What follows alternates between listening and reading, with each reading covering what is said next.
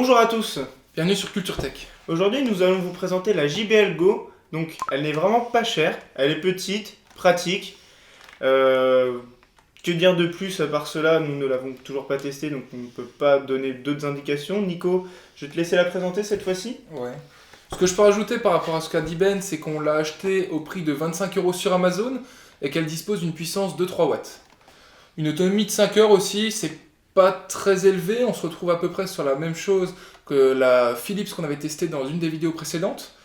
Et on se retrouve également sur un packaging qui ressemble beaucoup à celui de Sony. Peut-être un peu plus travaillé, je sais pas ce que t'en penses, Ben.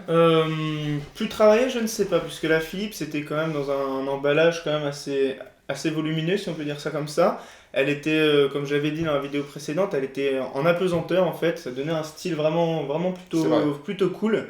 Enfin là, on va dire que c'est un emballage quand même, on va dire un peu rustique. Quand on voit le produit, il n'y a pas de superflu. Il y a JBL Go, le nom, en dessous de l'enceinte tout simplement.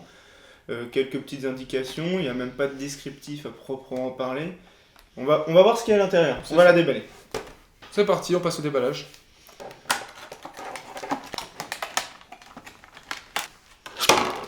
Donc une fois le produit déballé, on se retrouve sur ceci. Donc on a un plastique qui englobe l'ensemble de l'enceinte et le petit carton, on va retrouver les notices et les câbles qui se trouvaient dans le plastique où il y avait, en fait le plastique servait simplement de présentation avec le petit descriptif de l'enceinte. Voilà, que dire de plus, le plastique est assez rigide, m'a l'air assez solide et protège très bien l'enceinte. Une fois qu'on enlève donc cette petite partie, on a accès directement à l'enceinte. Tiens Ben, je te laisse regarder un peu à quoi elle ressemble. Et nous, on va s'attarder plus sur le carton. Donc dans le petit carton, qu'est-ce qu'on va retrouver? On va retrouver le câble d'alimentation donc pour recharger l'enceinte et le manuel d'utilisation en couleur, donc pas en noir et blanc. Donc par rapport à l'enceinte, Nico, regarde comme toi qui es fan d'accessoires, je pense qu'il y a moyen de mettre une sorte de petit bracelet pour pouvoir le porter à la main pour pas la perdre, pour qu'on puisse toujours l'avoir sur nous au poignet. C'est plutôt sympa ça. Pratique on va dire, pour ceux qui bougent beaucoup, tout ça. Pour l'accrocher à un sac par exemple. Ouais aussi, j'y avais pas pensé à ça effectivement. Ensuite sur le côté, donc tout simplement, nous avons ici la prise de jack et ici pour mettre tout simplement le câble d'alimentation. Que dire de plus? Il y a l'air d'avoir un bouton reset ici. Ouais, ou c'est peut-être le micro.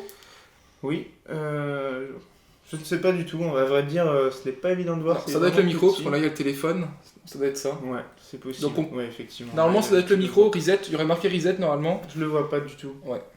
Non, c'est bien le micro. Donc à part ça, pas grand chose. Voilà, sur le dessus, on a le bouton power, Bluetooth, les deux touches de volume et du coup la touche téléphone, puisque apparemment il y aurait un micro. Je ne sais pas si c'est écrit sur la boîte, mais à vrai dire, nous n'avons pas regardé. Peut-être que si. Ce qu'on peut voir aussi, c'est qu'en fait, on a la grille de sortie au niveau des haut-parleurs qui est juste présentée à l'avant et non pas à l'arrière, comme on l'avait sur les différents modèles comme la Philips ou encore la Sony. Oui, là. Donc là, il y a le Bluetooth. Donc c'est bien un micro. Ça, il y a un speakerphone. C'est super. Un petit accessoire. Il suffit de le lire au tout début. Plaisir. Je propose qu'on passe au test. Ouais, on va l'allumer. C'est parti, je l'allume et puis je te laisse te connecter avec ton téléphone. Pas de problème. Bon, petit indicateur de voilà, son. quand vous l'allumez, vous avez juste en fait ici une petite LED bleue qui s'allume, donc pour vous signaler tout simplement qu'elle est allumée avec un petit son. Ensuite, j'active le Bluetooth sur mon téléphone. Donc vous avez ensuite juste à appuyer sur Bluetooth et vous aurez donc la LED bleue qui va se mettre à clignoter. Donc je tiens à préciser que c'est vraiment très rapide puisque dès que tu appuies sur la touche Bluetooth, ça s'est directement mis sur mon téléphone. Incroyable, ça a été vraiment très rapide. Donc je clique. Tac, c'est en train de se connecter. Hop. Appareil connecté. Hop, nickel. Donc le petit signal sonore pour nous signaler qu'on est connecté. Et on va vous lancer la musique. C'est parti. C'est parti. Tac. Mon téléphone est à fond.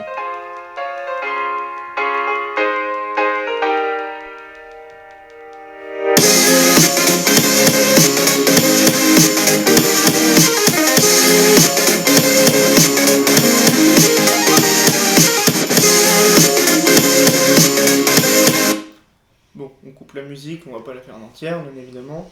Hop, je déconnecte le Bluetooth. Il n'y a pas de son qui signale que nous sommes déconnectés. Voilà. Je vais te laisser donner ton avis, Ben, Ouais, tout à pour fait. savoir ce que t'en penses un peu. Alors, pour une petite enceinte quand même, enfin, elle est vraiment très petite, je sais pas si on peut se rendre compte sous forme de vidéo, mais sachez que, enfin, regardez-la dans ma main, voilà, elle est pas plus grande que ça quand même. Je trouve qu'elle a plutôt un bon son, il y a des bonnes basses, le Ouais. son, il y a pas, ça ne sature pas, Nico, je sais pas ce que toi tu en penses, Bah, mais moi, je pense effectivement, comme Ben a dit, c'est qu'il y a vraiment des bonnes basses. Ça ressemble un peu aux basses de la Jabra.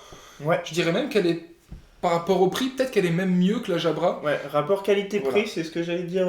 Peut-être un peu moins puissante, par contre. Ouais, ouais, ça pousse Ouais. moins, mais bon, elle est quand même beaucoup plus petite. Je sais pas si vous vous souvenez de la Jabra, mais elle était un peu plus grande, un peu plus grosse quand même, donc il y avait de quoi faire, quoi, on va dire. Pour le prix, pour la taille, je pense que c'est une bonne enceinte qui elle peut servir vraiment à toute occasion, je pense. Ouais. Donc voilà, à part ça, Nico, je sais pas si tu peux rajouter quelque chose, si tu as quelque chose à rajouter. Pour ma part, à comparer avec toutes les enceintes qu'on a pu tester sur la chaîne jusqu'à présent, je la placerai en deuxième position, juste après la Jabra. Je sais pas ce Ouais, que t'en penses. moi, je pense aussi que c'est la place qui lui est due Voilà. dans nos tests, en tout cas. En tout cas, les amis, nous on va se laisser ici pour ce petit test. On vous remercie de nous avoir suivis et on vous dit à la prochaine. Allez, bye. Ciao.